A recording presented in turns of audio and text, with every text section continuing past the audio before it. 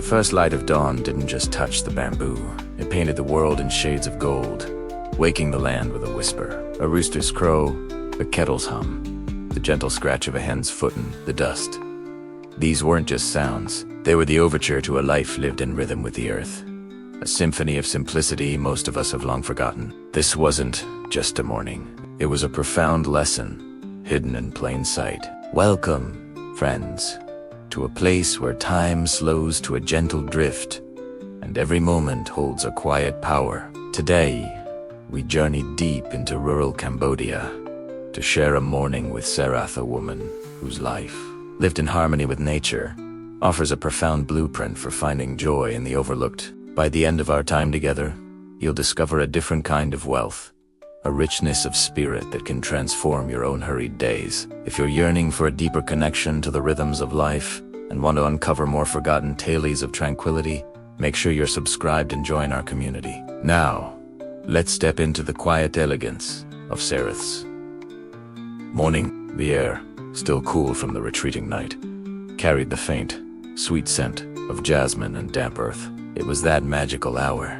just before the sun fully claimed the sky, when shadows were long and playful, and the world seemed to hold its breath. In the village, nestled among groves of towering bamboo and rustling palm trees, life stirred with an ancient, unhurried grace. This was the beginning of another day in Sarath's world, a world far removed from the clamor and rush that defines so much of modern existence. Sarath herself was a testament to this quiet rhythm.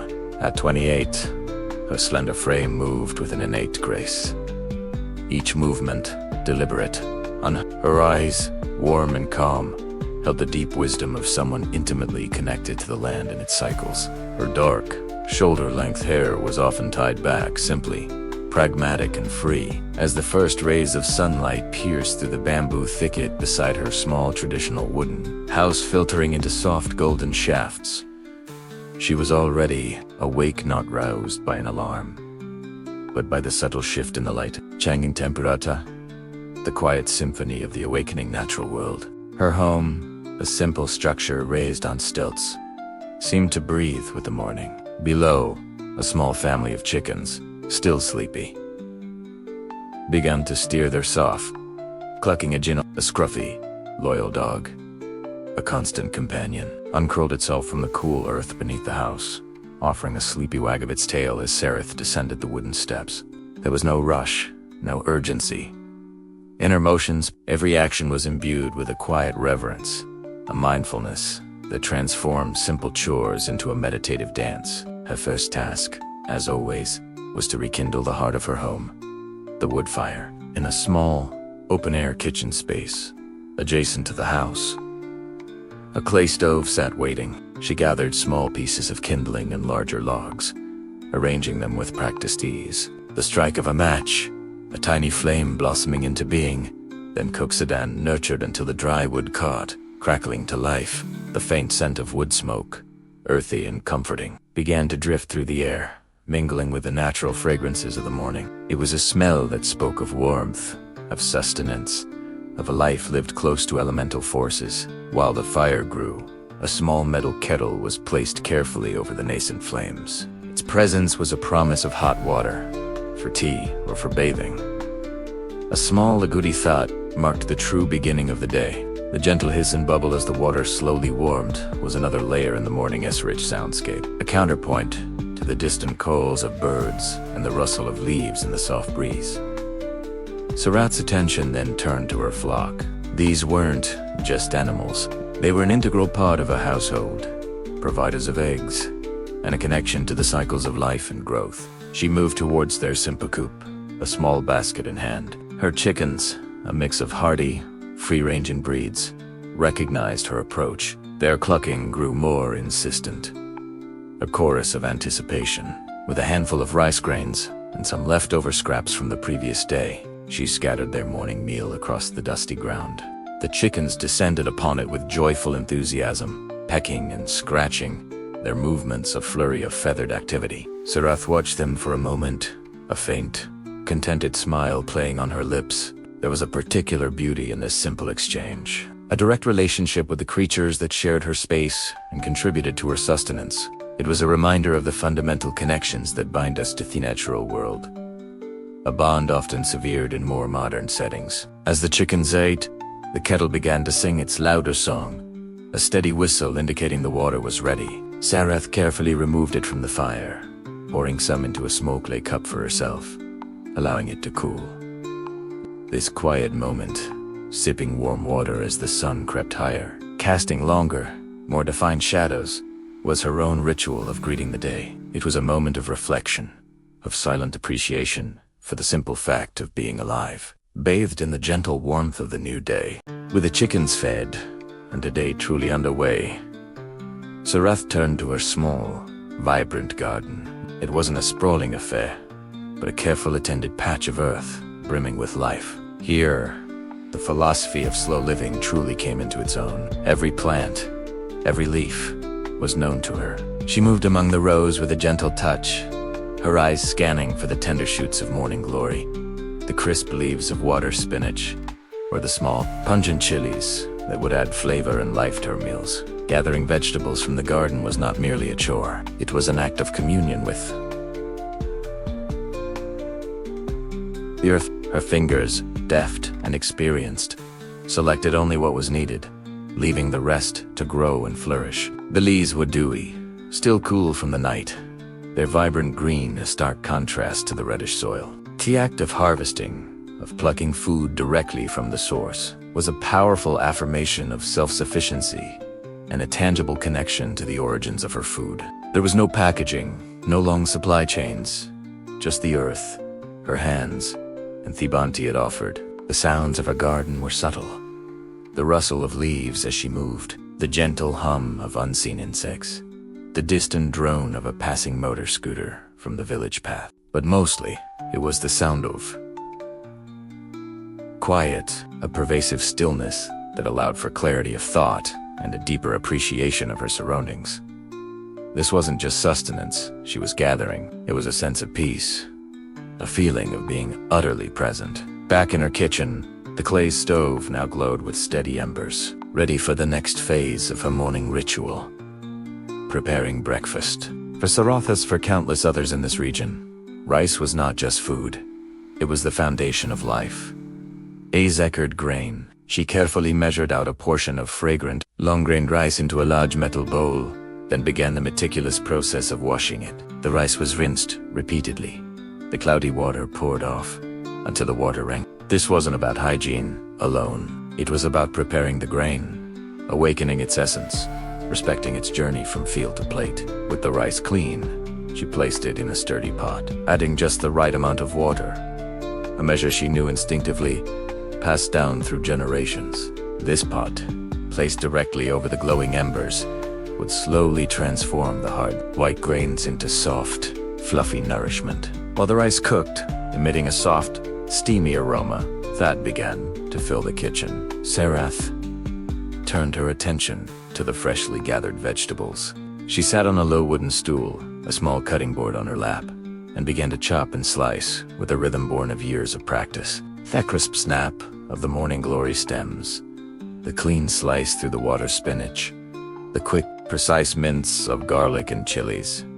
Each action was a testament to her skill and her connection to her ingredients. The preparation of food in Saratha's kitchen was a testament to the idea that simplicity did not mean a lack of richness. Rather, it meant a focus on the inherent flavors of fresh, wholesome ingredients, prepared with care and respect. There were no elaborate gadgets, no complex recipes, just her hands, a sharp knife, and the vibrant bounty of her garden. It was cooking as an act of creation, a mindful dance between ingredients and intention. As the vegetables were prepared, a small clay-pan was heated over the embers, a touch of oil added. The sizzle as the garlic and chilies hit the hot pan was a delightful sound, releasing their pungent, aromatic essences into the air.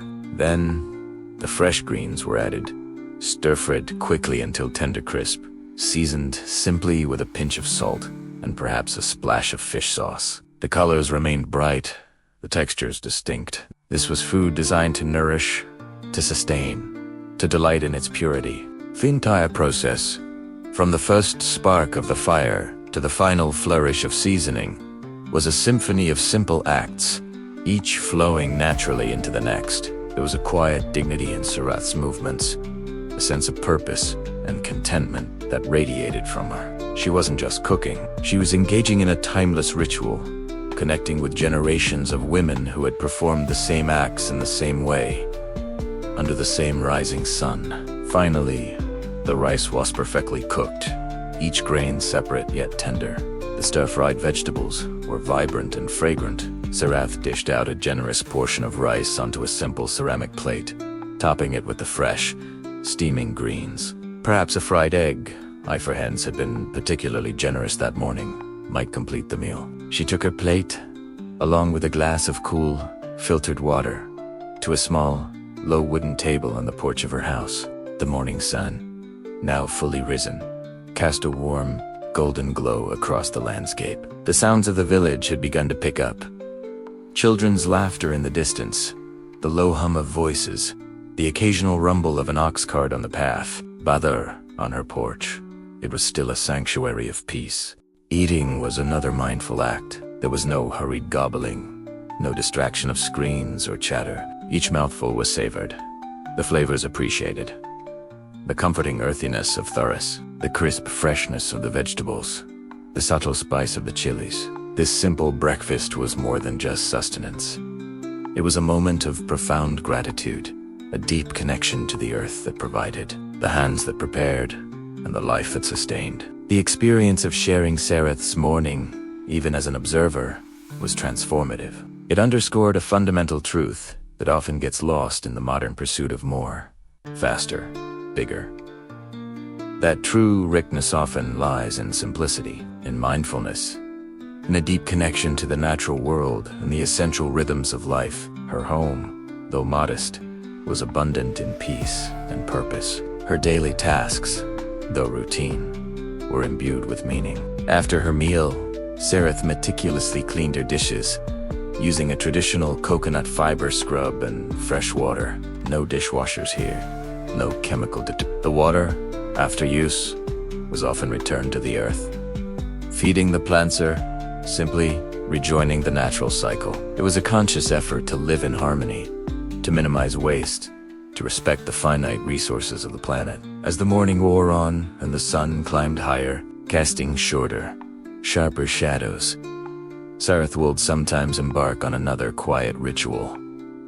A walk. Today, her destination was a local waterfall, a place of natural beauty that offered both respite and reflection. She put on a krama, a traditional Cambodian scarf, tying it loosely around her waist, a versatile piece of cloth that could serve as a head covering, a sunshade, a carrying pouch, or simply an elegant accessory. The path to the waterfall was well-trodden, winding through shaded groves of trees, past paddy fields shimmering with morning dew, and alongside small streams where children might be playing. The sounds of the countryside were her companions.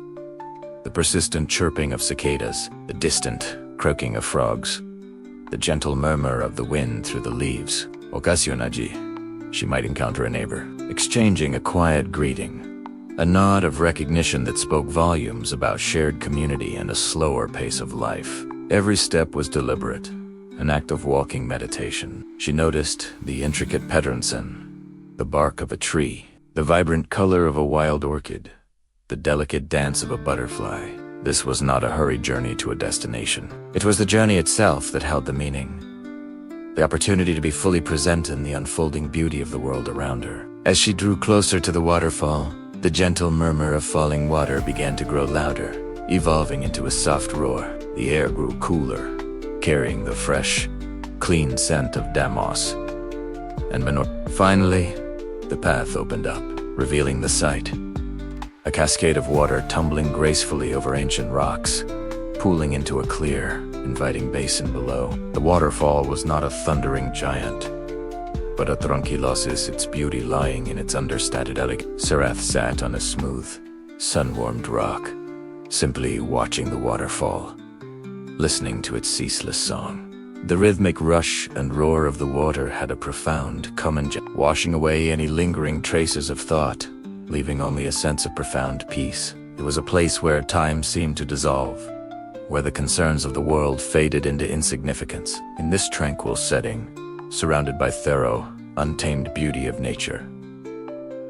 Sarath embodied the essence of slow living. It wasn't about doing less, or even about living without modern conveniences. It was about intentionality, about choosing to engage deeply with each moment, to find beauty and purpose in the simple, everyday acts that often go unnoticed. It was about understanding that true wealth is not measured in possessions or achievements, but in the richness of one's experience, the depth of one's connections, and the peace in one's heart. Her morning, from the first sliver of dawn to this quiet moment by the waterfall, was a living testament to this philosophy. The golden light through the bamboo, the clucking of the chickens, the wagging of the dog, the fire's warmth, the gathering of vegetables, the mindful cooking of rice.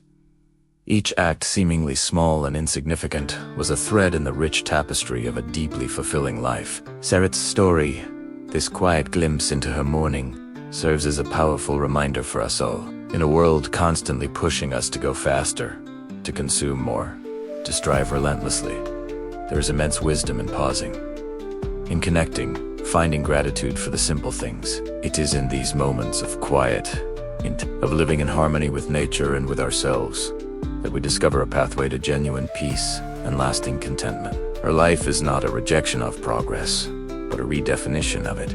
It suggests that true progress might not always be about technological advancement or material accumulation, but about cultivating a deeper, more meaningful existence, one that values well-being, community, and the profound beauty of the natural world above all else. Sarath, with her calm eyes and gentle movements, is not just living a life. She is revealing a way of living that has much to teach us about how to truly thrive. The journey back from the waterfall was as peaceful as the journey there. The sun, now higher in the sky, cast the landscape in a brighter, more vibrant light. Sarath returned to her home, her spirit refreshed, ready for the remainder of her day, whatever it might bring. Each day, for her, was a canvas, painted with intention and appreciation, a masterpiece of slow living. And so, we leave Sarath to her day, carrying with us the echoes of her morning, the scent of wood smoke, the sound of water, the taste of simple, wholesome food, and the profound feeling of peace. It's a reminder that even in our own bustling lives, we can cultivate moments of slow living, of intentionality, of gratitude. We can choose to savor our own. The journey back from the waterfall was as peaceful as the journey there. The sun, now higher in the sky, cast the landscape in a brighter, more vibrant light. Sarath returned to her home, her spirit refreshed, ready for the remainder of her day, whatever it might bring. Each day, for her, was a canvas, painted with intention and appreciation, a masterpiece of slow living. And so, we leave Sarath to her day, carrying with us the echoes of her morning, the scent of woods, the sound of water, the taste of simple, wholesome food, and the profound feeling of peace. It's a reminder that even in our own bustling lives, we can cultivate moments of slow living, of intentionality, of gratitude. We can choose to savor our own dawns, to connect with our own simple routines, and to find the hidden beauty in our own everyday acts. The wisdom of Sarath's morning is not it is an invitation, waiting to be embraced. Thank you for joining me on this serene journey into rural Cambodia, into the heart of Sarath's quiet, beautiful world. If this story resonated with you, and you'll find yourself yearning for more moments of peace and inspiration, please take a moment to subscribe. Your support helps us to continue sharing these forgotten tales and hidden gems from around the globe. Until next time, may your days be filled with quiet, joy, and mindful moments, to connect with our own simple routines, and to find the hidden beauty in our own everyday acts. The wisdom of Sarath's morning is not it is an invitation, waiting to be embraced. Thank you for joining me on this serene journey into rural Cambodia, into the heart of Sarath's quiet, beautiful world. If this story resonated with you, and you'll find yourself yearning for more moments of peace and inspiration, please take a moment to subscribe. Your support helps us to continue sharing these forgotten tales and hidden gems from around the globe. Until next time, may your days be filled with quiet joy and mindful moments.